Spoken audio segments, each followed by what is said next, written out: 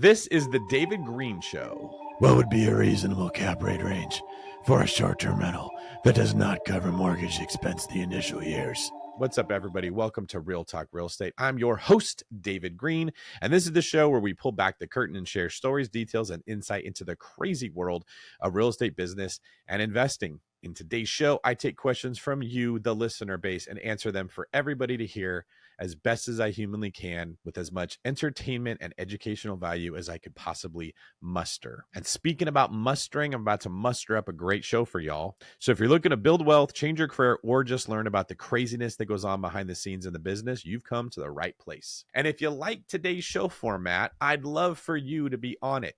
Just head to davidgreen24.com/ask, ASK.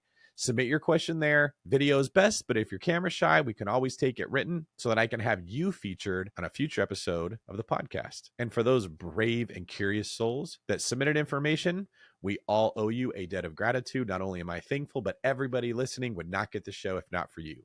Y'all the real MVPs. Let's get to our first question from longtime friend and all-around awesome gal, Krista Seals. Hey, David. I have a question about your entrepreneurial journey. When did you make the switch from investing on your own to hiring a team? And what did that process look like from the very first hire to where you are now? Well, Krista, I go all the way back to the summer of '68. I was investing in modular homes, though at the time we just called them homes. I'd just returned from World War I, shell-shocked, battered. I didn't know yet I'd be a baby boomer because we hadn't had babies boom. But I knew it was time to buy some real estate. Most of my friends were building houses, chopping down the trees themselves, making cabins. Back then, we didn't even have garages in the homes, just a place to tie the horse up out front. All right, Krista, when did I first start buying real estate and when did I make the switch to building a team? So I bought my first house in 2009. It was definitely not after a war. And I hired a property manager to manage it. That'd probably be my first team member, although they were contracted out, so I didn't hire him directly. Bought some more houses in California, like one a year. Moved to Arizona, bought 4 or 5, maybe 6 houses out there. And then I moved to North Florida, where I kept buying. I just kept hiring property managers in those states to manage the properties. When I hired my first assistant for my real estate agent business, Krista, I had her also help monitor my inbox. Now, I would get emails that would come in from property managers, and then I would delegate stuff to her that they were asking for. So if we had to wire money, if I needed to get bids on things that needed to be repaired, or if they needed approval on something, Krista would get back to me. Krista would get it in front of me and I'd make the decision. Really, I didn't have much of a team helping with my real estate portfolio. They were helping with my real estate sales business, my mortgage company, and other businesses. Until I got into short-term rentals. I hired property managers to manage those, found out later that some of them were stealing from me. And when they weren't stealing from me, they were doing a terrible job managing the properties. So it was only about 6 months ago, maybe 9 months ago, that I actually hired my first in-house people to manage my portfolio. That was probably the last thing that I leveraged out. All the people that I hired and all the teams that I built were for businesses, not my portfolio. And that's because property managers are one of the easiest things to leverage out. So I hired Jason to manage my short-term rentals. Then I hired Angela out of Spartan League to help him. Angela had experience doing long-term rentals, so I've slowly been releasing the property managers from the long-term rentals that I have and having Angela take over those. She's currently doing my Arizona portfolio, some of my California portfolio, and will soon be taking over what's left in North Florida. The goal here is to have in-house people doing my long-term stuff and my short and medium-term stuff. I'll then grow from there, taking on other people's properties. Now, if you want to know about the growth of my business, that's very different. I hired Krista and I put her in charge of operations while I focused on sales. So I would go find the clients, I would put them in a contract, I would turn it over to her and she would manage the transaction. Then I started having her assist me with sales. So I would hold the open house, but she would set me up for it. She would print out the comps that I would bring with me. She would pack a box of all the stuff that I needed and put it in my car so I could take it with me. When I want a listing presentation, Krista would run the comps, put together a comparative market analysis, give me the folder with all the information that I needed, put it in my calendar. I would drive to the appointment, get the listing packet signed, bring it back to her. She would put it all into the computer. Krista would then start communicating with the people whose houses that I was selling, and I was communicating with the buyers. When she got that down, I had her start communicating with some of the buyers. Years later, she got her license, and I had her start working with the buyers as I trained and hired agents to grow a team. When there was too much work for Krista to keep up with, I would hire somebody else and have her teach them how to do that person's job. Now, you're going to hear a lot of people say the story that I just said, and that is how it works. It's not that it's not true. It's just that it's not necessarily accurate. When you go to hire people, you're going to find that they suck. You're going to find that they are lazy. You're going to find that they lie, just like everybody does. Human beings tend to do what human beings want to do. And this is what makes scaling a business so hard. Let's just be honest. You're listening to this podcast because you want to grow financial freedom and you don't want to work for someone else. That's how everyone else feels too. So as you're trying to grow your business, you're going to find that getting employees to work for you is incredibly difficult because most of them don't want to work for someone else. Heck, most people don't want to work at all. It's a rare gem when you do find a human being that treats your business like theirs. So here's my advice for you. When you're working for somebody else, treat their business like it was yours. You'll get crazy good experience. You'll be a person of integrity. And in that process, you'll be prepared for being able to run your own business. Krista, thank you so much for the message. Nice seeing you again. Our next question comes from Matt, probably in New York. Hey, how's it going, David? My name is Matt. I own an out-of-state rental, single family. I also house hack where I live at now. I get 2 rents from it. I haven't really been able to save up as much as I planned to or wanted to with this house because every time I get money, I try to put it back in the house to try to boost the value. I'm looking to get into another house. However, I don't have so much saved up. My out-of-state rental actually went up a lot in value. It probably has around 150K equity. So my question to you would be, if you were in my shoes trying to get into another property, what route would you take and what would you do to go ahead and scale? Let me know what you think. Thank you.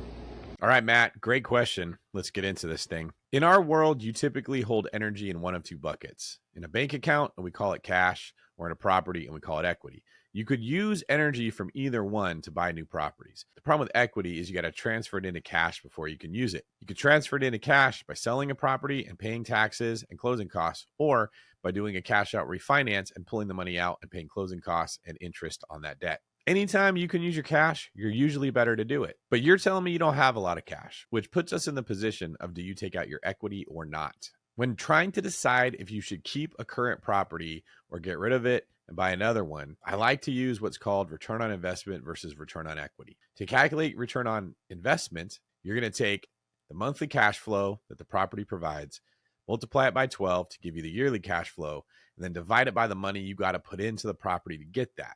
The less money that you got to put down and the more money that you make every year, the higher the ROI. Now, return on equity is very similar. You're going to take the money that the property is making every single month, multiply that by 12. But instead of dividing it by the money you put down to get it, you're going to divide it by the equity in the property. See, here's the thing. You just mentioned that your property has appreciated, which means it has more equity now than it did when you bought it, which means you're dividing that yearly cash flow by a bigger number, which is going to give you a smaller return on equity. I've done this on my properties, and I found that they're returning a 1, 2, or 3% return on equity. Not something to be proud of. If you're able to get a 9% return on investment, but you're only getting a 3% return on equity, if you sell and move that equity into the 9% return, you will triple your cash flow.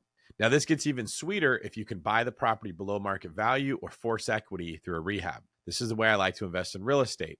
I want to improve my cash flow, but I also want to add equity through buying it right and forcing value. These are strategies that I talk about in my book, Cash Flow Critic. It's going to be coming out soon. And it's about the 10 ways you make money in real estate. It helps provide an analytical framework for how you should look at potential deals to maximize how much wealth you can create in every deal.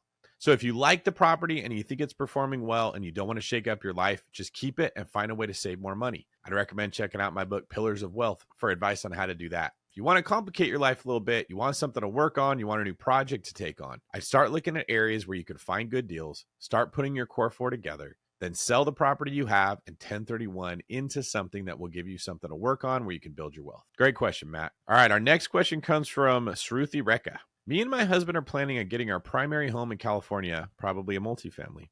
We're paying $2,700 for rent now, and the house prices we are looking at are $900,000.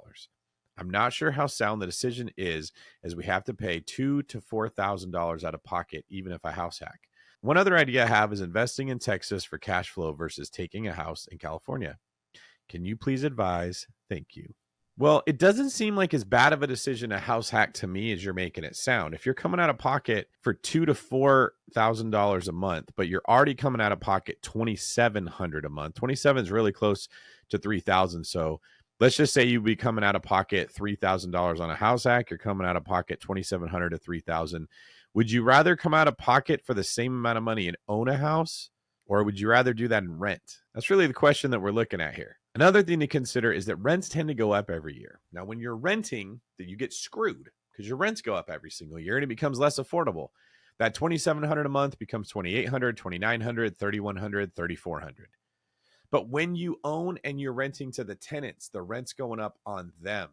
So you get this double action in your favor. Not only are rents not going up on you when they would have, but rents are going up on your tenants. So every year that you own the house hack, it gets a little bit better, and it would have got a little bit worse.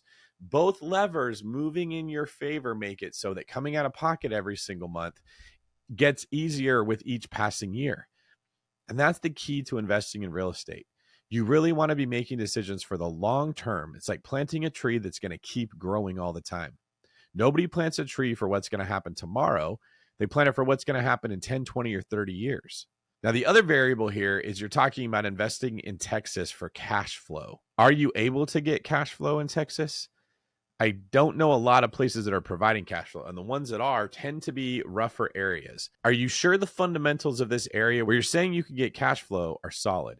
Because if they are, that could be a good option. But here's what I want you to think about. If you get $300 or $400 a month in cash flow in Texas, but you have to keep paying $2,700 a month in rent, you have effectively reduced your rent from $2,700 to $2,400. Is that a huge win for you? Now, if you house hack, you might reduce your rent by a lot more. Which one's going to have the bigger impact on your finances? Also, you mentioned that houses in the area that you're looking are $900,000. Can you look in a different area where they're cheaper? Can you look for a house that's going to be able to produce more income than the other ones? Can you be a little creative with this? Send us another video or write us another question and give me an example of some of the houses that you're looking at so I can help you analyze them. All right, coming up, we have a question on choosing the right market, one of my favorite things to talk about. So hang tight because we'll be right back after this short break. Real Talk Real Estate is brought to you today by Spartan League. Spartan League is my real estate university. It's a mastermind of real estate investors looking to educate themselves on all things real estate. Members get a call every weekday on a different topic,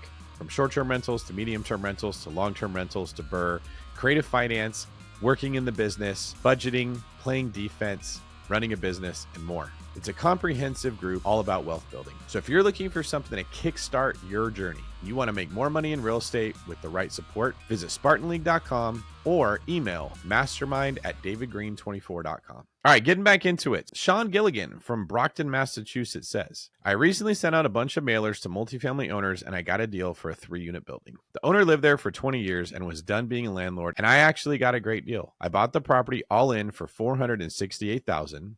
3-unit buildings in my area go from anywhere between $800,000 to $1 million. Originally, I was going to throw it right back out there and sell it, but the more I thought about it, I realized I could rent each unit for $2,900 to $3,000 a month once renovated. Each unit needs about $25,000 to renovate. My goal is to get larger buildings with more units ideally. If I was to sell this building, I could buy a larger building a little further away from me, or I could hold on to this property and refinance this property in the fall. I could cash up my original investment and put towards a 6-unit building. What do you think? I appreciate your time and enjoy your show.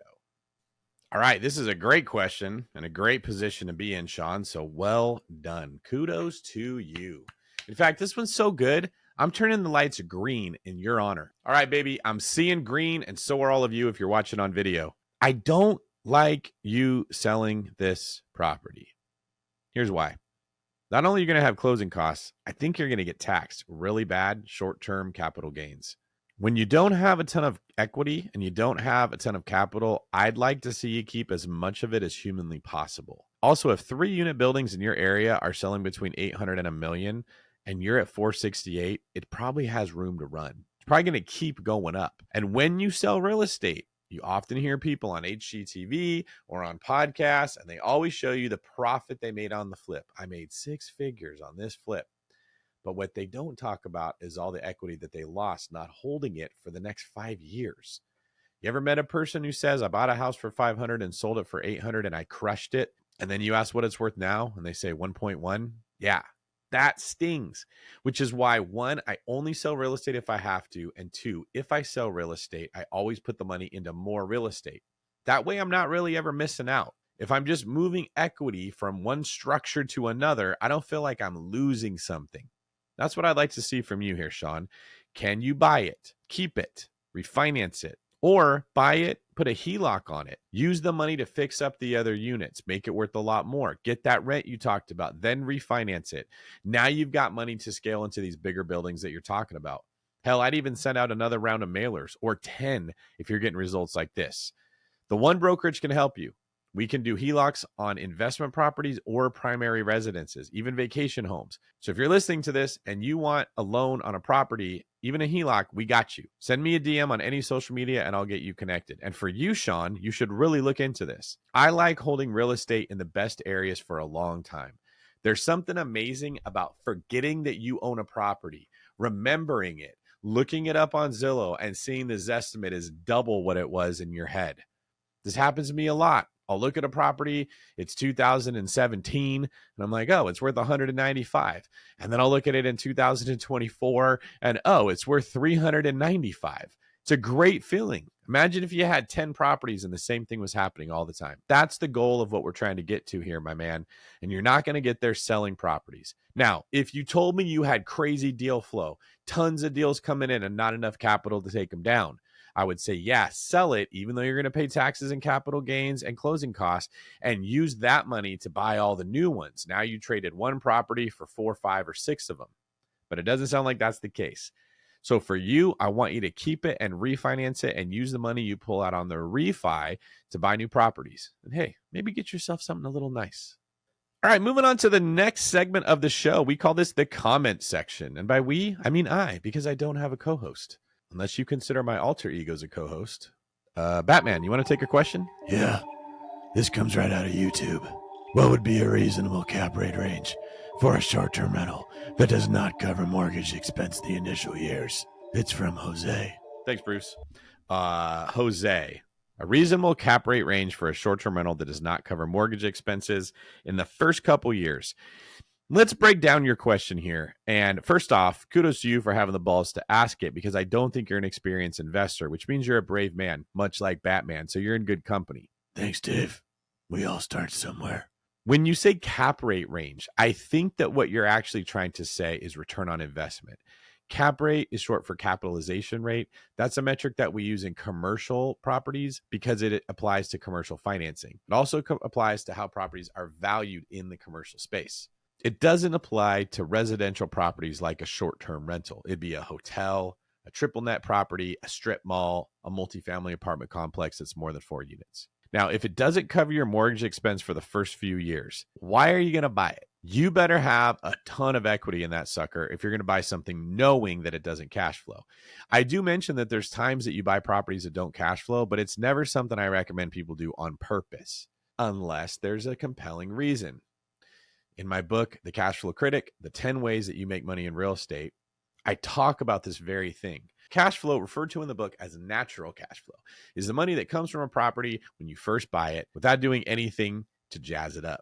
But there's other ways you make money in real estate. You can buy equity. You can force equity. There's natural equity. There's market appreciation equity. You can force cash flow. You can buy cash flow. You can get the natural cash flow that we just talked about, or you can have market appreciation cash flow. You also get tax savings and loan pay down. So Jose, if someone's offering you a killer deal, like Sean had on our last question, you're going to walk into this thing with $100,000, $200,000, or $300,000 in equity, but you're going to lose a couple $100 a month. I'm not against that, because if things ever get bad, you could just sell it, or you could just sell it right away. But if you're not getting a ton of equity and you don't have a way to force equity through some kind of value add, unless you know something other people don't know, like a huge hotel or casino is going to be built right next to this short-term rental and it's going to explode, I don't think that you should buy it if it doesn't cash flow, especially if it's a short-term rental. So there is no reasonable cap rate range, and don't use the phrase cap rate when talking about residential real estate. I don't want Batman to come find you. I don't mind that. I'll find him. All right, coming out of Instagram from Soul Images Tattoo. Can we call into your show for advice? Great question there. And the goal is to turn this podcast into a call-in show, very similar to what Dave Ramsey does. For now, I'm just trying to get as many questions as I can through the website so we can answer them this way. But if I get a big enough following and I can get live callers, that's exactly what I want to do. From Ellen ATL, please tell me you're launching your own podcast. Yours is the only voice that I care to hear talk about real estate. I've learned so much from you. Well, thanks, Ellen. Here you go. This is the podcast. From Earnin619, there's nothing wrong with negative cash flow. I'd rather pay $500 out of pocket to cover the mortgage than to spend the same amount on a car payment. When you give your kids that house, it will be worth much more. Different perspective than we're used to hearing, but you can't really argue with Earnin's logic if he's got the reserves to make it happen. From Mason Ridge Cozy Cabins, miss you already on Bigger Pockets. It's now the big snore.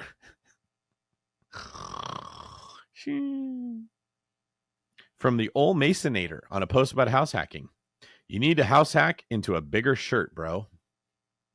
Don't know if that's a compliment or insult, but I'm going to feel good about it. From Wealth Beyond Income.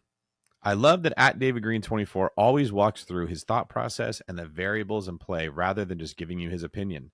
Empowering investors to create their own understanding is priceless. It's actually a really nice comment because that is exactly what I try to do. It's easy to just tell people this is what I think. It's harder to explain your thought process. Like when you were a kid in school and they said, show your work. Every one of these podcasts, I'm always trying to show my work so that when I'm not there to answer your question, you can kind of see green, see what I might see, and make a good decision. All right, moving on to quick hitters. These are statements that come right off the internet that caught my eye. Hansei Bassian Murphy says, books that you recommend for deal analysis. Can't say that I actually have read a book for deal analysis, but I did write one. I've already said it like 2 times on today's podcast, so I don't want to keep saying it, but keep an eye out for my new release, Cash Flow Critic, the 10 ways you make money in real estate. It's going to show you how to analyze deals from a much bigger perspective than what you've heard before. BJ Gramillion, will you come on my podcast, Rush to Fail? I don't know. Does anyone here know BJ and Rush to Fail? Let me know in the comments on YouTube if that's the case. S Penny B72, still making money? Not really, bro. Most people are not making money right now. I'm sure some of you are, but your favorite real estate influencer is not doing as well as they were a couple years ago. And this is Real Talk Real Estate, so I'm just keeping it real. Right now, if you're staying afloat, you're winning. From Days Riz, you look gangsta. I think that's a compliment, and I'm going to take it as one, though I don't know which part of me looks gangsta. Is it my sick drip? Is it my fly hair? Are my eyebrows on fleek? Let me know in the comments what you think is most gangsta about my look. And from Russell T. Brazil, the best and worst Star Trek series. Oh, Russell is just a little too smart for his own good. If you had said Star Wars, I would have had a chance at answering this. I always like Star Wars more because I'm just a huge child, and lightsaber and laser battles were always more interesting to me than the more philosophically deep Star Trek. It was always kind of mental, and I just want to see Yoda flip around and fight bad guys. Yoda, I am. And listen to Real Estate Real Talk Radio with David Greene, you shall. So I know embarrassingly little about Star Trek, or maybe to some people it would be embarrassing if I did know Star Trek. The only one I ever remember seeing was, I feel like Michael Scott right now. Which one was it? Data was in it. There was a Klingon with a big forehead. Star Trek The Next Generation, perhaps? Does that sound right? I think there was a Captain Picard, Jean-Luc Picard as a kid. I'm going deep into the annals of my own mind right now. From what I can remember, I think that one was cool. Oh, you know what? Some of the movies that came out weren't terrible, now that I'm thinking about it. Chris Pine was in some of those Star Trek movies.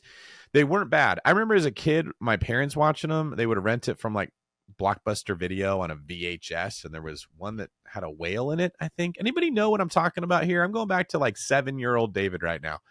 Let me know in the comments on YouTube if I'm anywhere close with these Star Trek references, or if I have just all of you screaming in anger like Dwight at gym. All right, next up is our viral clips of the week. You saw Donald Trump get shot, and he still got up from that.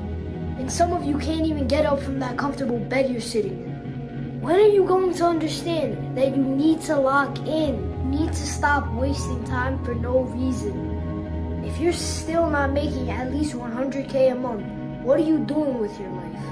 Imagine how many things you could get done if you put your full potential to your goals. how proud your mom, your dad are going to be that they raised you. Your phone is the reason that you're getting distracted. Why are you still consuming content in 2024? Stop getting distracted and do the hard work already. And I know that it's not easy, but I'm going to help you, bro. For now, all you need is my help. Just comment the word DM and I'll help you with whatever you need. Oh, Lord, this is good. This is good on so many levels. And I have genuine joy that I'm able to bring this to all of you right now. And I hope it brings the same joy into your minds that it did to me. This kid is every bit of 11 with an incredible accent, inspirational music. He cut off his entire body. He just has a little bit of head and a whole lot of white wall and post-it notes behind him. But he's telling you to lock in. And folks, you need to lock in. This is 2024. Why are you listening to this podcast? What are you doing sitting in a car or on a phone? There are mountains that need to be climbed. There is space that needs to be explored. There are new Star Trek series that need to be critiqued and created. There are Minecraft worlds that need to be built. There are Fortnite dances that need to be learned. There are Pokemon that need to be captured. Don't lie, you haven't got them all. There is macaroni and cheese that needs to be eaten. There's Tostino's pizza rolls that need to be cooked. There's Dragon Ball Z that needs to be watched. And there's Ninja Turtle kicks that need to be practiced. There are TikTok videos that need to be edited by prepubescent teens. And there are little kids that need to shame you. So stop wasting time. Get out of those Dragon Ball Z pajamas. Clean your room like your mom said, and lock the hell in. All right, folks, last segment of the show. This is David's Deal, and I've got some sad news to bring to you all. This is hot off the presses. I'm going to have to back out of one of the burrs that I was in the process of buying. It was in Oklahoma. It had an ARV of about 165. I had plans to increase that ARV to about 195 by converting a patio room into a master suite. I had it under contract for less than $99,000. It needed new floors, new paint, new cabinets, painted cabinets, new countertops, a bathroom remodel, some exterior paint, and that back patio addition. But we got back the inspection today.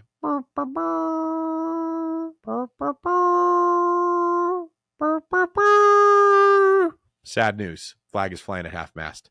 I was told the roof was put on in 2017. It appears that that's not the case. The exact quote from the home inspector is, "The shingles are smiling. They should be frowning," meaning they're turned up on the edges. The foundation is shot.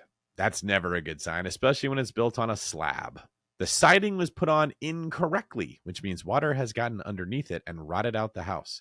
It hasn't had gas or electricity turned on for over a year and a half. And more that is quite simply too painful for me to recite here. Now, it's not that I'm losing money on this. I'm going to be out $1,000 of earnest money and a $500 inspection. So I suppose I am losing some money, but that's not what hurts.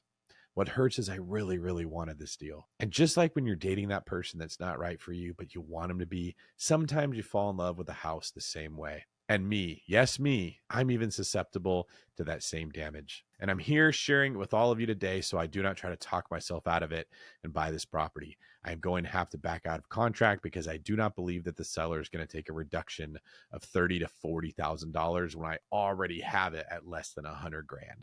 But alas, when this happens, here's what you do. You tell the seller, hey, it's way worse than what we thought. In fact, your house has a terminal disease. It's not going to last. I can't buy this thing, but if you could take $40,000 less, I'd be interested. Now, I'm not going to ask you for that right now because I realize it's insulting and I like you. So instead, I'm going to give you back your house and you're going to take my money. But if you can't find anyone else to buy it and you need to sell the thing and you're willing to give me back my $1,000, I will buy it from you for $41,000 less than what we're trying to do right now. And I'll check in with you in a couple weeks to see if you got any traction. Best of luck. I hope you can find that buyer, but right now it's not me. Now, by doing this, you're not insulting the person, you're keeping rapport alive, and you're also giving yourself a chance that when the unfortunate truth hits them, like it just hit me and is now hitting all of you, they might come back and say, you know what, David, or Tommy, or Susan, or Mary, or whoever you beautiful people are that are listening, I have to sell it to somebody. Nobody else wants it. It might as well be you. And that's what I'm here for, folks. To take that broken down property that nobody wants and turn it into something that you can live in. Captain Save a Home.